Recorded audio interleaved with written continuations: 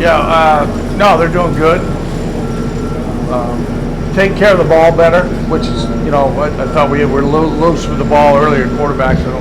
Today we had an interception in the red zone. We're getting more work in the red zone, which will help us in the tight windows and third down and things like that. So, but Casey's done well. Logan's done. Chuba's worked a little bit more, so that's good to see him.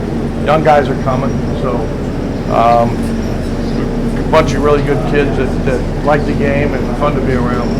With the way that Chuba's been limited so far, what can you really get out of this spring? Well, no, he's had last week a bunch of skelly reps, 7-on-7. Then today he got some team reps, and he's getting a lot of mental reps, so it's better that way functioning. So he's been fine. What's that? How important is it that you keep that competition going and quarterback and get shoved in there?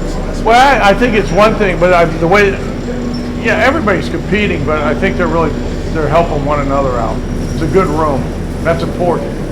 They're helping one another out. You miss something talking about it. There's guys that are talking a lot in the meetings and on the field. So, there's not anybody.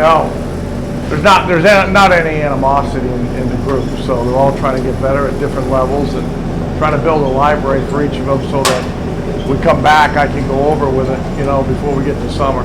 But they'll study all their plays that they've had. Hey, we're talking about tight ends today. How would you describe your offense for a tight end? Like, what do you like to use those guys to do? How do you like to utilize them? Well, we got some good guys.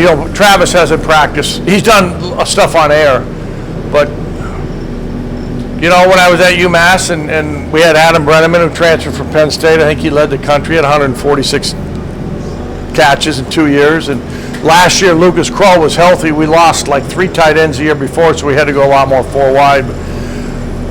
I think he had 50 catches, and the young kid Gavin Bartholomew maybe had 25. So, but we have capable guys there, and the younger guys are really getting better, understanding the scheme. So, I don't have a number. The ball's predicated goes to what the defense is giving you. Certainly, we can get guys in certain areas. I think the size of those guys can help you in the red zone. That would be a place where we're 6'5", 6'6", 6'7" down there, where the windows are tighter, and you got to be physical and catching the ball. And the speed's not as important as is, learning,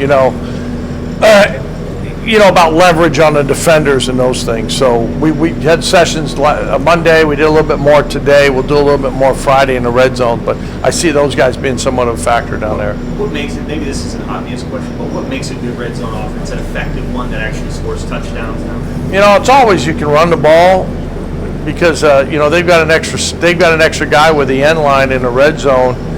That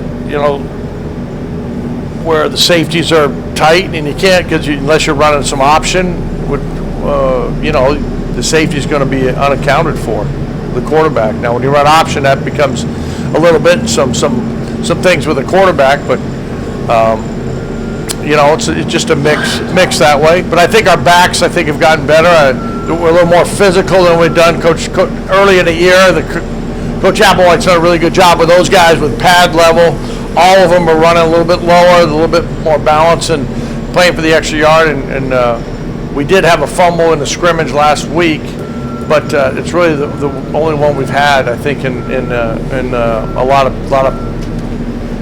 tough sessions in there where there's thud, there's tough thud, there's live. So I think we've done a good job securing the ball with those guys. Is it frustrating for you trying to install an offense and have so many, potential starters not be out there with guys? I know they're on the field listening and watching, but what's not as frustrating as if we didn't have those guys. They're going to be back. We know they're good players, so to me it's a positive. We're just trying to be positive with it. We're building depth, and so the more guys that we have, we're going to get guys hurt, and we've tried to say this. I think the one positive about Nebraska is we're running 2 thuds. We're running 2 skellies. We have enough players here. We have enough with the walk-ons and those guys that a lot of guys are getting reps. So they're getting better, and that builds your depth. We didn't have that at places I've been. Certainly UMass, Pitt, even that way. We didn't have that at Miami. We didn't have enough guys when I was there. So that's really helping. I told those guys, I said, you're really lucky to be here. and with a chance to get on film and get better. So I think our depth has grown, and we know we'll get those guys back come the summer.